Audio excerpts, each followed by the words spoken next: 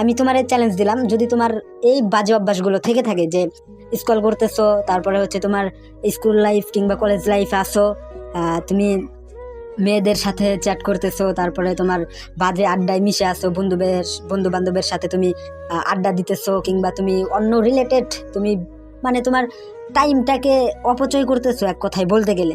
কিন্তু ভাই এটা কিন্তু দুনিয়া না।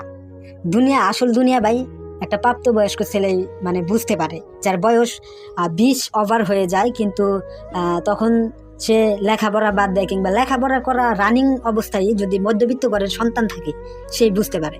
আর যারা মূলত একটু উচ্চ সামাজিক ঘরের সন্তান আছে তারাও বুঝে ভাই। আমরা হয়তো মধ্যবিত্ত ঘরের সন্তান, আমরা হয়তো এখন বুঝবো, মানে আমাদের বয়স যখন 18 থেকে 20 হবে তখন আমরা বুঝবো, কিন্তু যারা উচ্চ ঘরের সন্তান